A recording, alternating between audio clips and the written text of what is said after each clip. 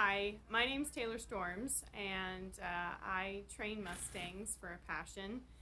And I decided I wanted to film this most recent one I'm working with. We named her Mystic. She is a 6-year-old mare from South Steens, Oregon, and just more or less got her halter broke within the last week, and I'm going to start working on getting her to pick up her feet. And I find that this is a common question on how to do it safely and so that the horse understands. So I wanted to go ahead and just document this whole process with her, the good, the bad, the questionable, and just so if it helps one person out there, that's all I'm doing this for. And if there's any questions along the way, feel free to leave them in the comments, and I'm happy to answer them as best I can. This is my third Mustang I'm training now in the last 3 years, so I'm still a student, still learning as I go. One thing I like to say is know your principles, but be flexible with your methods. I've trained every single one of these horses differently based on what they needed to be able to understand what I was asking of them. Mystic, this is going to be a learn as we go experience too with what works with her. I do have a pretty good understanding of what she likes and doesn't like up to this point with getting the halter on her. And so I'm going to be using a lot of those previous communication cues that her and I have developed to tune into each other and make sure that I'm not pushing her outside of a threshold that she's not capable of handling, and taking things at her pace. So just a few principles to kind of keep in mind that are really going to come up a lot throughout this process is work with the horse you have that day. I may go out there intending to work on her feet, and she may just not be in the mood, and so we'll find something else to work on.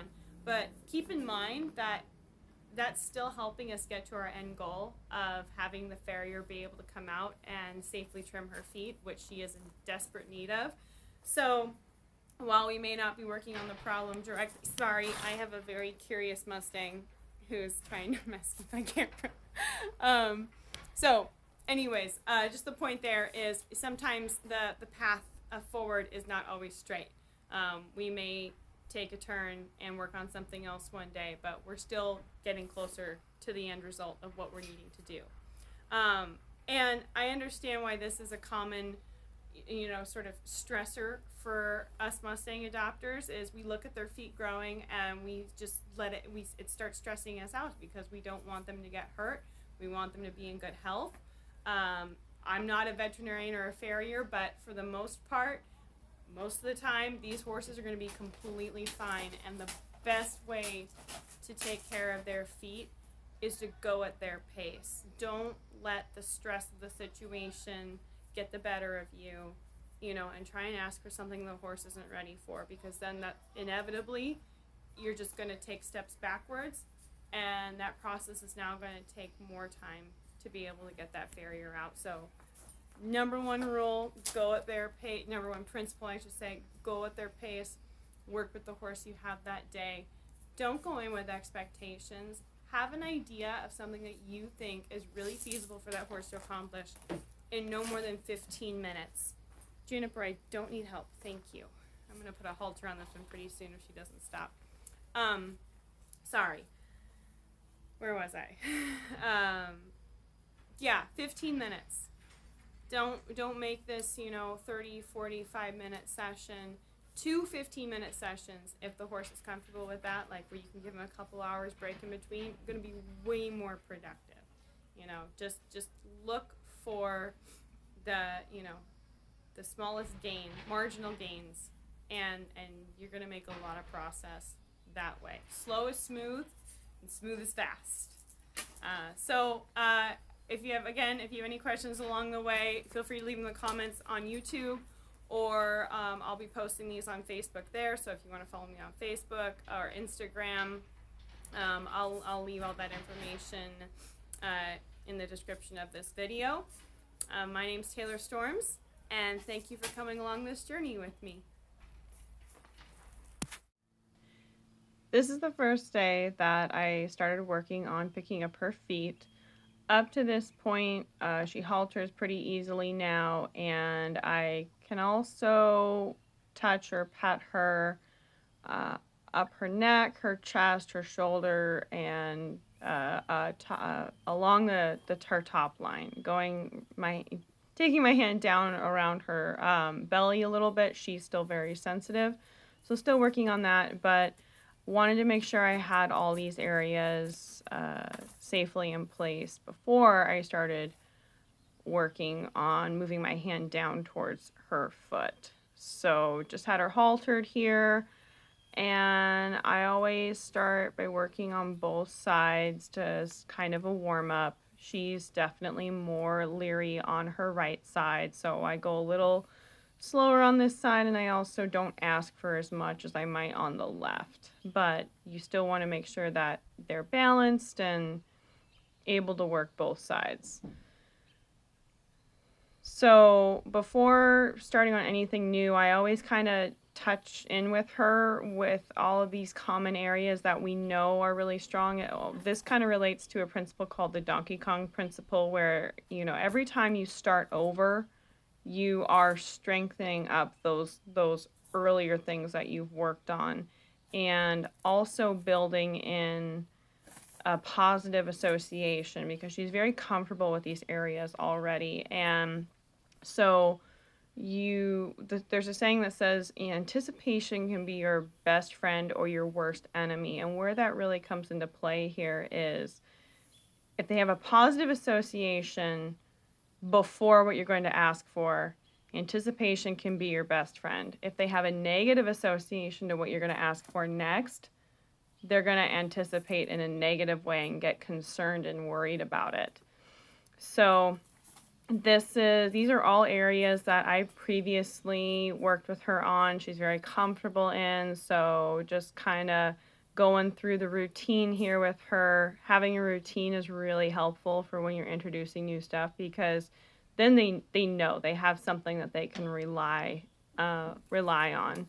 So you kind of saw there when I moved my hand down to just below her shoulder to the very top part of her leg, she took a little step away. She didn't look too concerned, but I still wanted to recognize that. So I released my pressure. And you might think, oh, well, she didn't give you what you wanted. This is still very much a relationship first situation. You want to listen to the horse. You want to let them know, oh, hey, I saw that made you uncomfortable.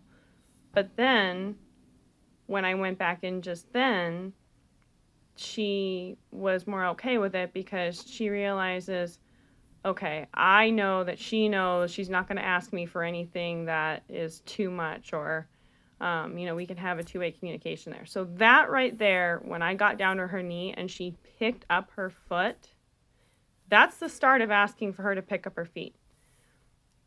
She gave the right answer there. When my hand went down her leg, she picked her foot up. She didn't walk away. She just picked it up. And that I liked even more. That was a little more slow, more methodical. So I'm just kind of rubbing her on her shoulder here as a reward. For her, rewards either come in a pat on the shoulder or just stepping away. And stepping away, like I did just there, is a great way to kind of check in with her and say, take a second, mull it over. And then I can also know with her, we've created this dynamic where when she's ready to move on, she'll look at me, or she'll even take a step towards me like that. So that's just a great way that we've created a two-way communication to say, okay, we can keep working on this, or I need some more time to digest what's going on here. So I am sliding my hand down her leg. You can see I got to her knee again. She lifted up the leg, so I took my hand away. These are all the beginnings of learning how to pick up that foot. Because one thing you have to think about, too, for them, in their entire life, when have they ever been required to stand on 3 legs for an extended period of time? So the first step of this is them learning to be comfortable and finding that, shifting their body weight around and finding that new balance on 3 legs. So you don't want to ask, to actually hold the foot in the beginning, because now you've skipped a step for them. You want to give them that time to really think through their body and figure out, okay, how am I going to readjust my weight so that I can comfortably stand on 3 legs? So that first time, is when I actually ran my hand down the inside of her leg, which she wasn't quite as comfortable with, which is fine. My rule of thumb is, if you get something 3 times and they get the gist of it and they're pretty cool with it, move on. You don't want to ask for perfection in the beginning here. So I took the next step of putting my hand on the inside. She wasn't so sure about that. So I went back to the outside of her leg there, just to reassure that we're still asking for the same thing. Just kind of exploring more territory there. So I'm really happy with how she's responded on this first leg. Again, that was her left side, or more confident side. I always start there, and then switch to the less confident side, so that they already kind of have an understanding of what we're working on, and they can start to try and build that connection to the other side of their body. But when I go to the other side, I always treat it like I'm starting over, and I'm listening to her all over again. She is very sensitive about her mane being touched. I've accidentally caught a tangle in my finger and pulled it, and that spooked her. It's just like having your hair pulled and not expecting it. So, I'm just kind of been working on that, getting my hand under her mane a little bit more, and she's doing good with that. So, her legs cocked. I really like her demeanor here, but she actually has a 2.5-month-old foal that was born here on the property, and he got out of sight there. So she was a little bit more distracted, just wondering where he was, which is fine. I'm going to do probably some check-ins here just to make sure she's still listening to me. See, I got her ear there for a moment. So again, doing the same thing, just casually rubbing at the top of that leg there, starting from the shoulder. I always start from a point of confidence or comfort that I already know she's great with, and then I just start expanding out from there. So there I moved away to see just kind of how she was feeling. Didn't like me being on that side. That's okay. We'll get there. When I'm changing sides here, the thing I'm looking for is that she's not going to block me with her head. So when I got in front of her, if her head had moved to her right, therefore keeping me in the left eye, I would have stopped and waited. But she kept her head straight, and she actually moved her head a little to her left, so she was putting me in her right eye. And that was the signal that, okay, I'm good to keep continuing over to the right side. Again, just kind of starting over here from the shoulder. That was great.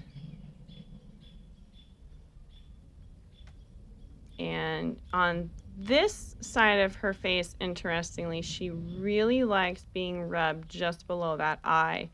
I have heard that in that part of their face, I'm not sure if it's a nerve or a pressure point, that just kind of helps calm and relax them.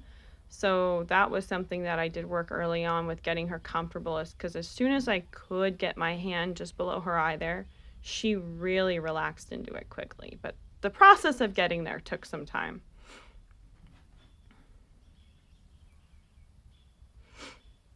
So this is the same thing, pretty much same process I did on the left. This is really great. She is looking at me. And I'm always keeping an eye on her too. I'm not like staring at her awkwardly, but I'm very aware of her mentality throughout this situation. So that was great. I loved it. She picked her foot up. She was like, I need a break from that side. That's okay. Keep in mind, too, in this first session, you may not actually get them to lift their foot up, and that is perfectly okay. I honestly expected to maybe get my hand down to her knee or her cannon bone and stop there. Sometimes the first step in asking them to pick up their feet is just them being okay with you moving your hand further down their leg. So don't be discouraged if in the first session you only just move your hand down their leg a little bit and get them okay with that. Progress is progress. So on this side, I'm just asking for that leg one more time on the good side.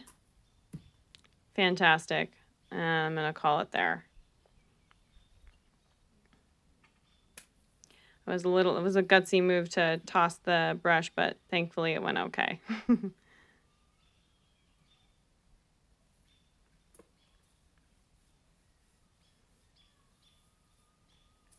All right, and that's a wrap for the first day of picking up the feet.